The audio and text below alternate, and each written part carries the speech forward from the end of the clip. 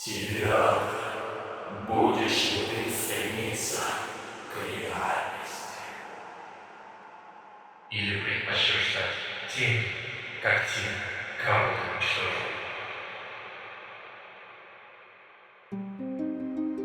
В глуши, далеко за смертоносными войсками Великой Гильдии Жуков, простилался регион, который позже станет пристанищем разнообразных жуков.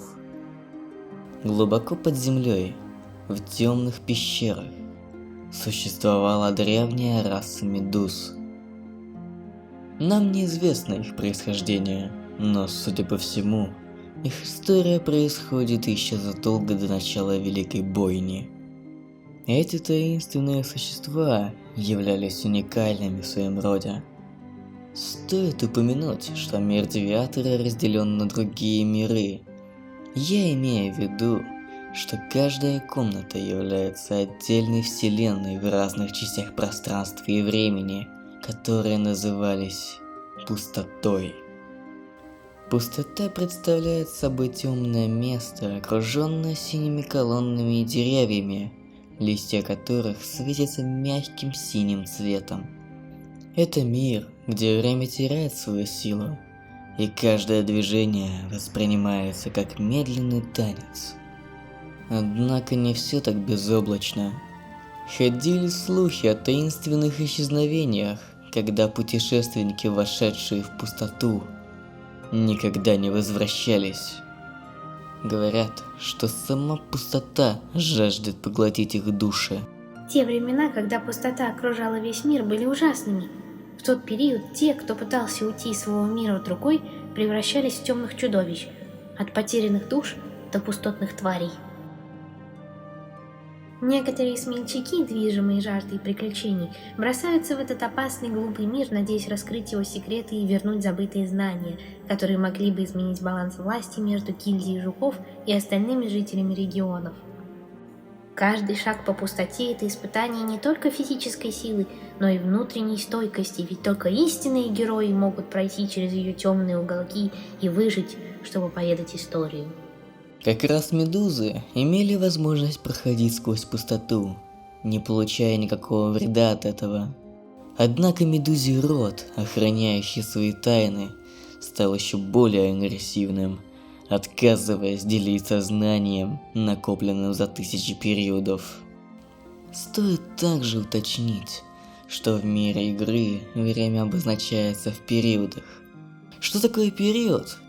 Игра не дает на это четких ответов. Могу предположить, что в мире Девиатора это те же циклы, как в Rain World, только без повторения одного и того же дня при смерти существа. Мы также не знаем, сколько длится один период. 24 часа, час, может быть вообще минуту. Но, думаю, это не особо важно для понимания лора игры. Каждый период символизирует смену состояния мира, влияя на его события, которые происходят в пустоте и за ее пределами. Например, во время одного из периодов может активироваться особая энергия, пробуждающая спящих существ, меняя поведение жителей регионов и открывая новые тропы для исследования. Другие же периоды могут погружать мир во мглу, усиливая опасность, или же останавливать время на некоторые мгновения. Интересно то, что некоторые существа, например медузы, могут жить вне привычного течения времени и способны осознавать изменения периодов, вспоминая события, произошедшие в других циклах. Каждое их решение, каждое движение может менять привычный порядок вещей, создавая бесконечные возможности для открытия чего-то нового в каждом цикле. Насчет того, как именно выглядел медузий род, я ничего точно не могу сказать. К моменту, когда происходит действие игры, в живых осталась только одна медуза, и то она очень сильно видоизменена. Однако у нас есть старые фрески с древними медузами, их описания в диалогах, а также их граффити, которые помогут нам воссоздать примерный облик этих существ. Первым делом давайте взглянем на их портреты. Исходя из них, можно сделать вывод, что раньше медузы имели больше 1000 щупалец, что помогали им передвигаться. Также стоит обратить внимание и на кожу древних медуз. Где-то она красная, где-то желтая, где-то вообще фиолетовая, но никак не синяя, что подозрительно. Однако, если мы обратимся к диалогу миролюбивой Белли, то все становится на свои места. Синяя кожа древних – это дар, или точнее проклятие, унаследованное от хранителей пустоты. Они были созданы, чтобы сохранять баланс между мирами, и с каждым периодом их цвет менялся, отражая силу и душу того, кто их носил. Когда-то медузы были могущественными существами, способными управлять не только своими щупальцами, но и самими потоками времени и пространства. Но с приходом тьмы, которая поглотила наши земли, их истинная природа была искажена, и с ними ушла их способность изменять цвет. Таким образом, мы можем предположить, что синяя кожа – это своеобразный знак изменений, которые произошли с медузами из-за вмешательства внешних сил или события, изменившие их природу. Это также может свидетельствовать о том, что медузы, известные нам теперь, всего лишь тень их величественных предков.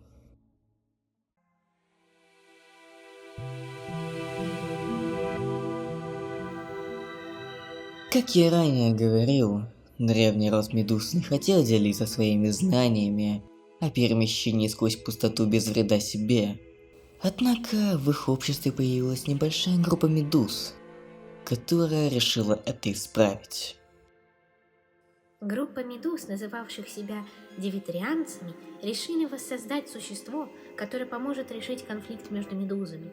Тем самым этот жук должен был убедить древний род поделиться их знаниями с другими существами. Это существо как раз стоит перед тобой. Да, этим самым решением проблемы, тем самым существом, была миролюбивая Белль. Я плохо помню те времена, когда я убедила медузий род поделиться знаниями, но это точно заняло больше сотни периодов. После этого для жуков, получивших способность проходить сквозь пустоту, я стала, можно сказать, богиней. Меня почитали, восхваляли, сочиняли стихи, пока самих медуз ненавидели. По этой причине медузы решили уйти еще глубже и глубже в пустоту. После этого для мира Девиатора и его обитателей наступили лучшие дни. Точнее, даже революционные. Эти времена назвали технологической революцией воссоединенных миров, названных Девиалунестом. Во время этой революции знания медуз о пустоте и способах перемещения стали доступны для всех существ в мире Девиалунеста. Жуки, используя полученные от миролюбивой Белли технологии, стали создавать сложные механизмы и устройства, позволяющие безопасно пересекать пространство между мирами. Тогда начали расцветать бездушные места среди пустоты, заполняя ее зелеными тропами, которые называли цветущей рощей, дающей жизнь тем мирам. Регионы Девиалунеста стали заполняться разными существами, от обычных неразумных букашек до жуков-ученых, строителей, математиков, которые развивали историю жуков в технологическом направлении. Тогда собралась группа жуков-строителей с одним жуком-архитектором и назвали себя Строителями Легенд. Они решили воссоздать город, великий город, который бы собрал в себе все мечты жуков воссоединенных миров Девиалунеста. Город грез. Город грез представлял собой не только архитектурное чудо, но и символ единства и стремления к познанию. Строители легенд разработали уникальную архитектуру, которая сочетала в себе элементы природы и технологии. Деревья, растущие вокруг, стали частью зданий. Их ветви образовывали крыши, а стволы служили основой для высоких башен. В центре города разместили огромный эпический памятник миролюбивой Белль, который восславлял ее достижения и вдохновлял всех жуков. Жуки со всех концов мира начали собираться в город грез, принося свои таланты и идеи. Кто-то был художником, желающим запечатлеть красоту мира. Кто-то учителем, стремящимся обучить молодежь наукам и искусству. Каждый, кто входил в город, ощущал дух сотрудничества и жажду знаний, а стены постепенно наполнялись историями и легендами. Также в центре миров была возведена одна уникальная башня, известная как башня Нексус, состоящая из фиолетовых оттенков с разными памятниками, показывающими достояние Девиалонеста. Эта башня связывала миры между собой и Зеленой Рощей, а также являлась неким хранилищем, в которое все жуки Девиалонеста сохраняли свои загадки и тайны. Башня Нексус была не просто архитектурным чудом, но и символом единства и связи всех миров. Каждый уровень башни представлял собой отдельный мир или эпоху с бронзовыми и золотыми статуями, которые изображали героев и великие моменты из истории жуков. На ее стенах были выгравированы истории, рассказывающие о том, как миры связаны и как жуки, преодолевая трудности, смогли объединиться для создания нового будущего. Однако самой уникальной особенностью этой башни были так называемые кристаллы памяти. Эти кристаллы, расположенные по всей внутренней структуре, обладали особенностью хранить воспоминания и знания. Жуки, помещая свои тайные загадки в эти кристаллы, могли передавать их последующим поколениям. Каждое сохраненное воспоминание светилось различными оттенками, создавая феерическое зрелище, как-то жуки собирались в башне, чтобы поделиться историей своего народа. Кроме того, башня Нексус могла выполнять роль своеобразного маяка, направляя умы жуков и связывая их души через пустоту.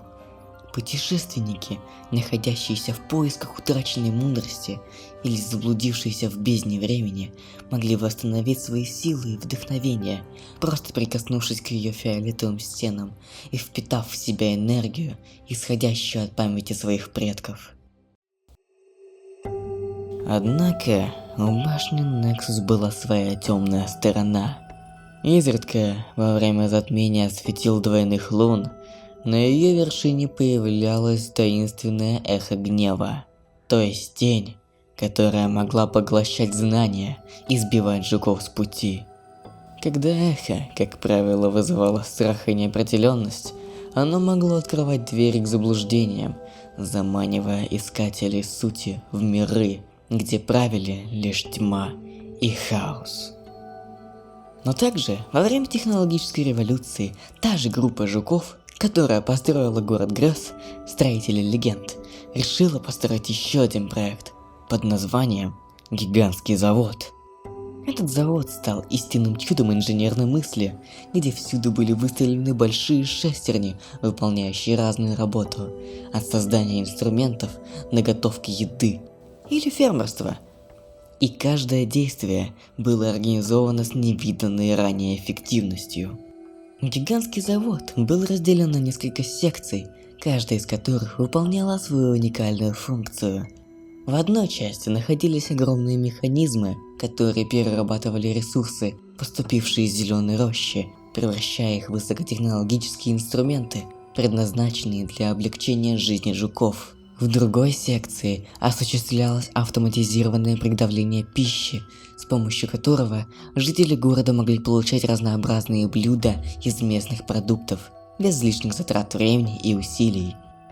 Кроме того, завод был оснащен специальными зелеными полями, которые позволяли жукам-фермерам работать в оптимальных условиях. Эти поля использовали передовые агрономические технологии, совмещая механические и биологические подходы к сельскому хозяйству.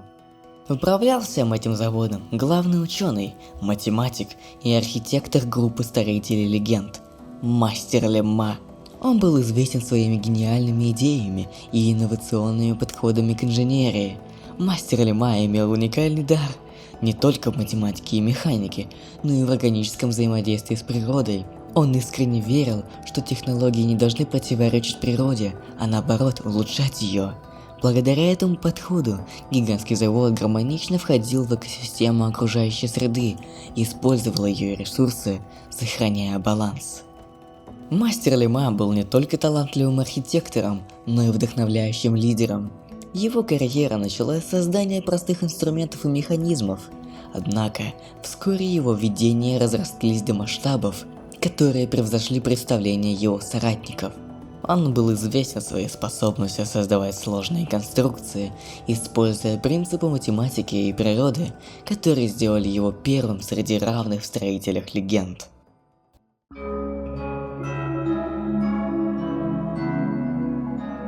Благодаря наследию миролюбивой Бель, новые поколения жуков продолжали исследовать пустоту, разгадывая ее тайны и строя свои судьбы в мире, где технологии и древняя магия переплетались в сложном танце. Однако, несмотря на все достижения, пустота оставалась местом полным тайн и опасностей, которые ждали смельчаков в ее глубинах. Во-первых, сама природа пустоты была непредсказуемой. Местами она могла открываться, словно окно в другие измерения, а в других местах затягивать исследователей в бесконечные коридоры, где время теряло свою значимость. Многие жуки, углублявшиеся в пустоту, не возвращались, став жертвой ее капризов. И похоже, что сама пустота могла управлять своими путями, создавая иллюзии и искушая своих исследователей потерять ориентацию. Во-вторых, в глубинах пустоты обитали странные существа, о которых упоминали только в легендах. Эти создания, известные как теневые странники, могли манипулировать разумом, вводя жуков в заблуждение, вызывая страхи и сомнения. Столкнувшись с ними, жуки иногда теряли возможность различать реальность от иллюзий, что могло привести к катастрофическим последствиям. Кроме того, старые запечатанные знания, некоторые из которых были вынуждены исчезнуть или стать заброшенными, прятались в самых темных уголках пустоты. Исследователи могли наткнуться на мудрость, которая еще хранила тайны древних медуз. Но с нею приходили также и опасные проклятия, готовые навредить тем, кто не готов был с ними столкнуться. Эти знания могли ослепить жуков могуществом, но выставить их на риск потери самих себя. Проблемы в пустоте также приводили к внутренним конфликтам среди сообществ. Одни жуки стремились исследовать и расширять свои знания о пустоте, готовые ко всем рискам. Другие же считали, что лучше оставить части пустоты неизведанными, чтобы не пробуждать зловещие силы, которые могут угрожать всему миру. Таким образом, несмотря на грядущие технологии и открытия, исследование пустоты оставалось эдаким двойным мечом. Это величественное, но бурное место продолжало ставить перед жителями Девиалности не только вопросы о самих себе, но и о том, что значит искать знания, и как при этом не потерять собственную суть. Тем не менее, эти опасности также пробуждали дух приключений и стремление к познанию, которые двигали жуков вперед в неизведанные глубины.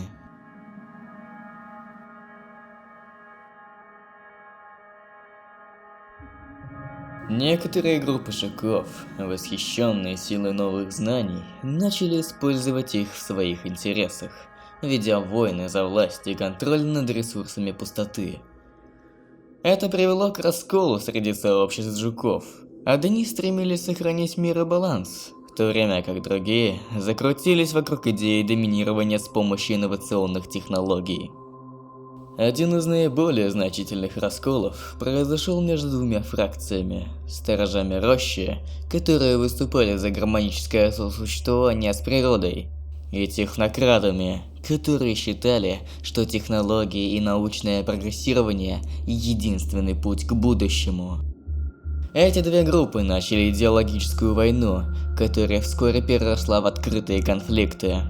Сторожи рощи, веря в необходимость защиты природы и сохранения древних знаний, начали вооружаться механизмами, основанными на принципах биомеханики, используя растительные и животные ресурсы для создания защитных сооружений. Технократы, в свою очередь, разрабатывали новые технологические устройства и механизмы, призывая к более агрессивному использованию ресурсов пустоты для достижения их своих целей. В противостоянии этих двух фракций нарастали страсти, постепенно захватывающие все больше жуков. В результате часто возникали стычки, которые выливались в масштабные сражения. Война изобретений. Так называли этот период, когда жуки применяли свои лучшие технологии против друг друга. На поле боя столкнулись как механические создания, так и хитроумные ловушки. Каждая сторона стремилась доказать свою правоту, и каждый успех превратился в очередное оружие в этом бесконечном конфликте. Между боями жуки также пытались установить перемирие и сосредоточиться на общей цели – восстановления мудрости медуз. Некоторые даже обращались к таинственным существам, известным как мудрецы пустоты, которые могли делиться знаниями, но им было сложно оставаться нейтральными в условиях, когда обвинения и недоверие царили в воздухе. Пока одни жуки шли по пути разрушительных войн, другие пытались сохранить то немногое, что осталось от мира. В ряде случаев некоторые жуки, осознав опасность ситуации, начали объединяться в союзы согласия, которые пытались восполнить утрату единства, организуя мирные собрания и обсуждения о будущем. Эти союзы стали местом, где искали пути примирения. Однако их голоса часто заглушались гулом боевых столкновений. Тогда между технократами и сторожами рощи появилась третья сторона. Это была гильдия примирения, группировка жуков, которую возглавили бывшие строители легенд и принципиальные идеалисты, стремящиеся положить конец конфликту любой ценой. Гильдия решила этот нескончаемый конфликт закончить необычным путем. В результате присоединения строителей легенд к технократам, жуки были вдохновлены идеей создания нового индустриального пространства. Однако вместо мирного сосуществования, жуки начали строить затененную цитадель. Страшное и суровое здание. Тюрьма, окруженная мрачными оранжевыми оттенками. Его стены были созданы из прочного материала, абсорбирующего свет. И лишь тусклое свечение кристаллов освещало его внутренние коридоры. Затененная цитадель предназначалась не только для ведения работ и исследований в области технологий, но и для удержания тех, кто подрывал мир, и, казалось, мешал осуществлению новых идей. Гильдия примирения решила, что заключение жуков, независимо от их стороны, поможет вернуть им разум и научить их видеть истинные ценности. Поэтому внутри цитадели был создан возвращающий путь, механизм, который восстанавливал психоэмоциональные состояния заключенных, превратив их из врагов в союзников. Тем не менее, подход вызвал недовольство как среди технократов, так и среди сторожей рощи. Для первых это был неприемлемый способ обращения с технологией, а вторые видели в этом оскорбление своих ценностей и культуры. Появление гильдии примирения привело к еще большему противостоянию, и каждая сторона боялась, что ее идеалы будут навязаны насильно. В ответ на создание затененной цитадели, технократы и сторожи рощи объединили свои усилия, чтобы остановить экспансию гильдии примирения. Вместе они начали организовывать освободительные отряды, совершающие вылазки на территорию цитадели, чтобы освободить своих единомышленников, захваченных гильдией. Это создавало предсказуемую динамику, когда жуки, бывшие ранее врагами, теперь становились союзниками ради общей цели. Однако гильдия примирения была готова на все, чтобы удержать контроль над ситуацией.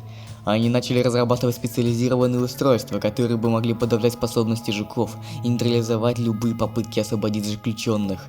Каждая сторона использовала свои ресурсы и знания, чтобы удержать вверх, и междоусобица лишь усиливаясь техногенными ужасами, которые царили в пустоте. Конфликт вступил в новую фазу, где каждая сторона играла сложную игру и стратегий, предательств и неожиданных альянсов.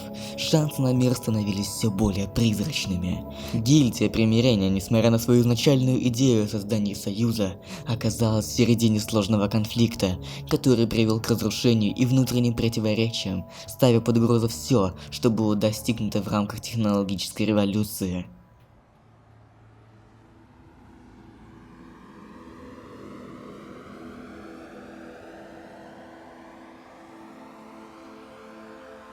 В разгар конфликта, когда затененная цитадель стала центром постоянной борьбы, мир и согласие оказались невозможными. В это тяжелое время миролюбивая Белль, великий символ единства и надежды, решила предпринять шаги для примирения всех трех сторон. Вдохновленная своими воспоминаниями о том, как жуки раньше работали вместе, она твердо верила, что все еще не потеряно и что разум может преодолеть ненависть. Белль организовала встречу на нейтральной земле, в сердце цветущей рощи, месте, где разрасталась жизнь и гармония. Она пригласила представителей гильдии примирения, технократов и сторожей рощи, надеясь, что ее видение позволит восстановить утраченное единство. Вся она была полна надежд, когда смотрела на разные группы жуков, собравшиеся для конструктивного диалога. Однако, как это часто бывает в разгоряченные времена, мирные намерения столкнулись с жестокой реальностью. На встрече ожидали напряженные обсуждения, полные недоверия и слухов о предательстве. Внезапно в центр рощи ворвалась армия гильдии примирения, стремясь захватить и предотвратить любую возможность обсуждения мира, опасаясь, что это может ослабить их влияние. В хаосе, который последовал за этим нападением, миролюбивая Белль попыталась остановить насилие. Она сделала шаг вперед, подняв свои руки и взывая к разуму присутствующих жуков. Она произнесла слова, полные мудрости и сострадания, призывая к прекращению схватки и поиску путей к примирению, но ее усилия были жестоко прерваны. В тот момент, когда она пыталась защитить единство, перевесившая ненависть между сторонами обернулась трагедией. Один из жуков-технократов, запутавшись в гневе и страхе, выпустил оружие, которое случайно ранило Белль в сердце. При этом ударе все замерли в ужасе. Миролюбивая Белль, некогда символ надежды, упала на землю, и свет начал тускнеть. Смерть Белль стала катастрофическим ударом для всех групп. Разворившие обе стороны осознали, что потеряли не просто друга, но и голос истины, который мог бы провести их к миру. На ее похоронах в цветущей роще каждый жук от низшего до высшего ранга поклялся почтить ее память и следовать ее идеалам. Но вместо этого ее гибель лишь обострила конфликт. Гильдия примирения потеряла свой идеализм и единую преданность, погрузившись в мрак, и ее членам пришлось бороться не только за свою правоту, но и за признание их потерь. В то время технократы, зная, что теперь потеряли преданного союзника в лице Белль, стали еще более агрессивными в своих попытках установить контроль. Сторожи рощи, в свою очередь, забыли о своих высоких ценностях, отдаваясь жажде мести против тех, кто рассматривал намерения гильдии. Упадок единства породил волны насилия. Последствия смерти миролюбивой Белль поставили все стороны на грань разорения. В пустоте, когда-то полном жизненной надежды, нарастал мрак и хаос, угрожая поглотить все, что они старательно строили. И под эти темные тучи затмения память о миролюбивой Белль оставила след на сердцах жуков, навсегда изменив их судьбу. Смерть миролюбивой Белль не просто разожгла пламя вражды, она пробудила в некоторых жуках то, что долго дремало под слоями страха и ненависти. Среди хаоса начали появляться те, кто осмелился вспомнить ее слова, ее веру в единство. В гильдии примирения остались те, кто не принял жестокость своих братьев. Они ушли в тень, но не для того, чтобы сражаться, а чтобы сохранить угасающие идеалы Белль. Среди технократов нашлись ученые, которые, потрясенные трагедией, начали сомневаться в своем пути. они тайно изучали архивы, ища способы не усиления оружия, а восстановления баланса. В глубине цветущей рощи, там, где когда-то пал свет Бель, проросли новые ростки. Сторожи, чьи сердца еще не очерствели, шептали легенды о том, что ее дух остался с ними, и что однажды ей голос снова звучит в листьях и ветрах. Но пока что тьма сгущалась. Конфликт перерастал в войну, и казалось, что ничто не может остановить падение жуков в бездну. Однако, где-то в самых глубинах пустоты возвращалось нечто старое, что некогда все позабыли.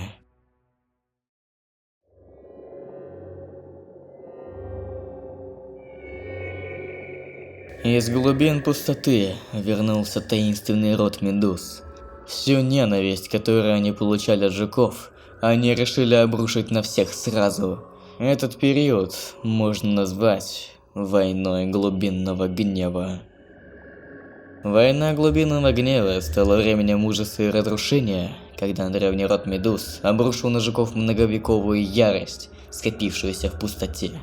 Их месть была не просто войной, это был холодный, методичный разрыв самой сущности жучиного общества. Медузы знали, что жуки больше всего боятся забвения, поэтому первым делом они начали стирать историю. Хроники гильдии примирения растворились в черной слизи, оставляя лишь обрывки записей. Это привело к расколу гильдии.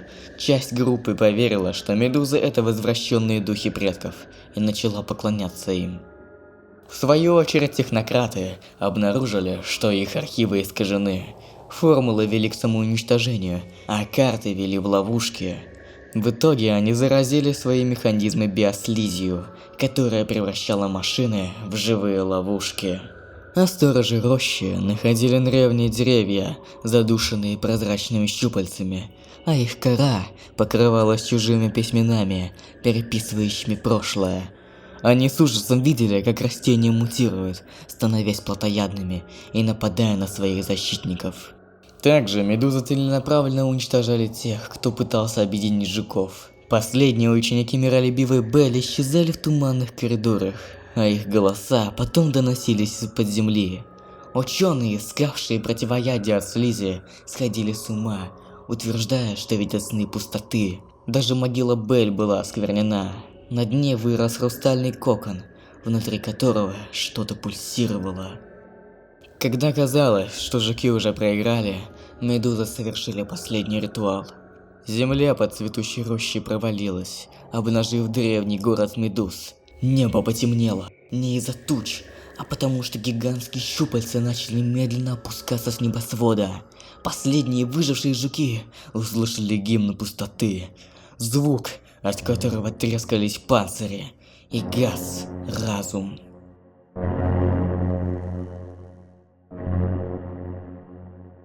После смерти душа Белль не исчезла полностью, и ее свет рассеялся по миру, но ядро ее духа, ее непоколебимая вера в единство, уцелела в глубинных эхах, месте, где время течет иначе. Там, в безмолвном мраке, она услышала зов жуков, их отчаяние и мольбы о спасении. И тогда пустота ответила. Медузы, сами того не понимая, дали Белль силу вернуться. Их ритуалы разорвали границы между мирами, и в момент, когда гигантские щупальца опустились на жуков, из хрустального кокона над могилой Белль хлынул свет. Она восстала, уже не как жук, не медуза, а нечто большее. Ее тело теперь соткано из мерцающей субстанции, как звездная пыль. Глаза горят бледным пламенем, но в них все та же мудрость и сострадание, а голос ее звучит в умах, а не в ушах.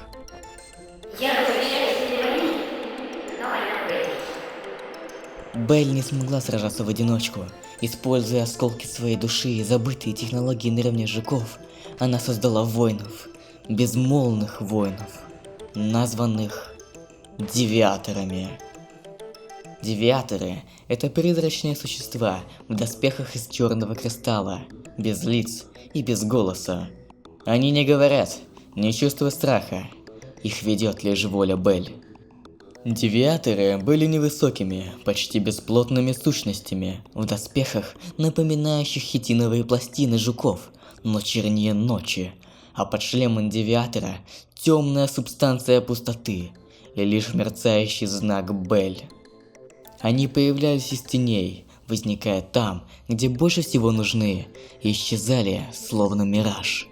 Но самое страшное для медуз – рыцари были неуязвимы для их психологической войны. У них нет памяти, которую можно было бы исказить, нет страхов, которые можно использовать. Они были не просто войны, они – исправление реальности. Там, где медузы искажали память, девиаторы восстанавливали правду. Там, где жуки поддавались страху, они стояли недвижимо, как напоминание. Вы не одни. Но теперь битва шла на двух фронтах. В физическом мире безмолвные рыцари штурмовали оплоты медуз, выжигая их слизь священным пламенем. Технократы, увидев в них шанс, создали усиленные доспехи, чтобы присоединиться к их войне. Сторожи рощи в тот момент молились Бель. Их деревья оживали, сражаясь на ее стороне.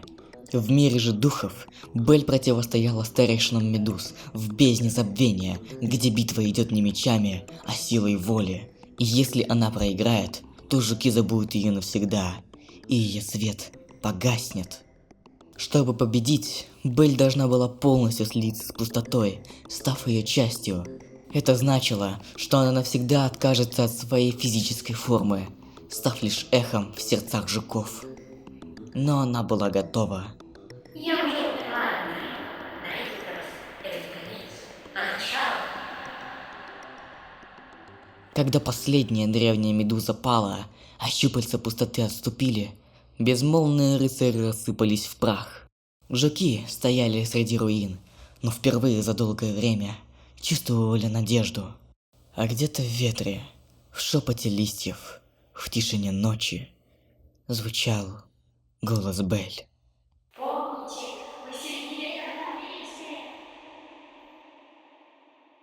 После падения рода медуз и ухода миролюбивой Бель в пустоту, мир жуков стал медленно восстанавливаться. Но война оставила незаживающие шрамы. Гильдия примирения была расколота.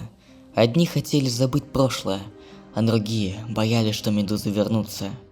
Технократы нашли в руинах технологии девиаторов, но без Бель они не могут их воспроизвести.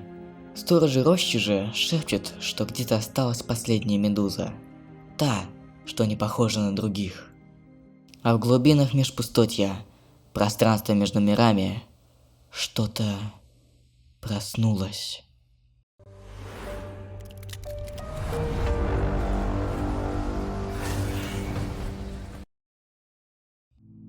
Последний девиатор. Он не знает, почему он существует. Его доспехи потрескались, но знак Бель на шлеме все еще светится. Он не слышит ее голоса. Он один. Его клинок больше не режет тьму. Он лишь оставляет на ее стенах странные символы, которые он сам не понимает. Он блуждает между мирами, пока не находит 3 существ, чьи формы меняются как дым. Девиатор, будешь ли ты стремиться к реальности? Или предпочтешь стать тем, как те, кого ты уничтожил? Я выбирать реальность. Ты выбрал реальность. Но что, если реальность это не то, что ты видишь? Голос третьего существа был мягким, как шелест страниц забытой книги, но в нем слышалось что-то древнее. Девиатор замер. Кто ты, долбоёб, иди нахуй. Ты кто, блядь? Я то, что остался от вопроса. От сомнения. От той самой щели, через которую Бель однажды шагнула в пустоту. Оно протянуло руку, прозрачную, как слеза. Возьми. Последний подарок. Не для тебя, но для нее. В его ладони лежал крошечный серебряный колокольчик. после Девиатор пробудился в башне Нексус, изучая развалины того, что осталось от мира.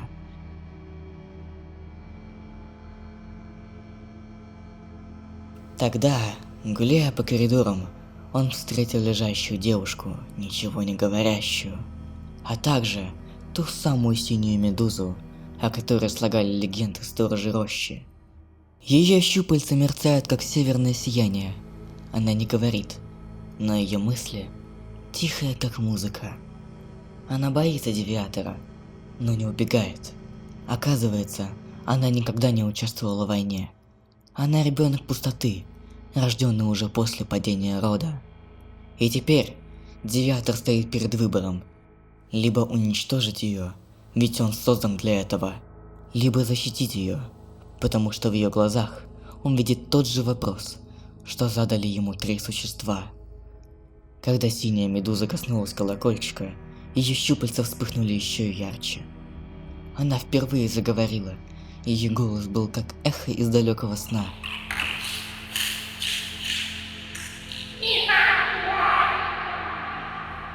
Оказалось, она всегда знала, кто она. Она – последний зародыш новой пустоты. Не тьмы, не мести, а чистого начала. Третье существо улыбнулось, если это, конечно, можно назвать улыбкой. Теперь твой выбор, Девиатор. Ты можешь убить ее. Или помочь ей родиться заново. Девиатор положил руку на плечо синей медузы. Я не буду защищать тебя. Я буду идти рядом, пока ты не найти свой путь. Охайо! Третье существо растворилось, оставив после себя лишь шепот. Ты думаешь, что мир делится на свет и тьму? Но что, если тьма — это просто свет, который еще не нашел свой путь?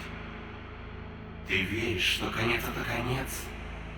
Но что, если все концы — это просто двери, которые мы боимся открыть? Ты сражался за правду. Но что, если правда — это не то, во что верят, а то, что создают? И последнее. Если однажды тебе покажется, что ты остался совсем один, прислушайся к тишине. Возможно, это не одиночество.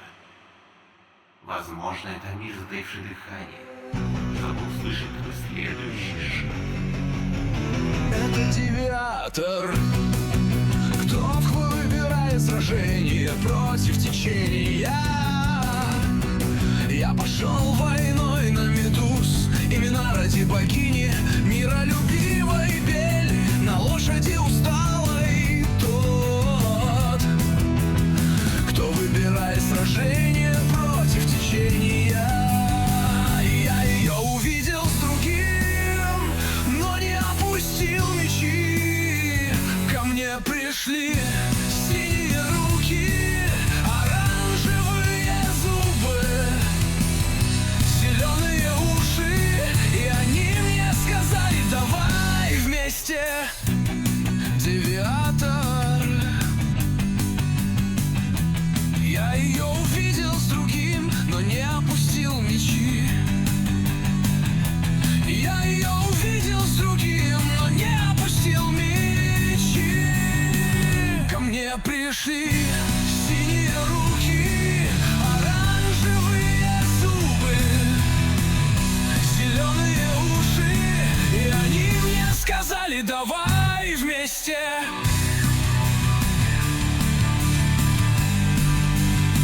И они мне сказали: давай вместе.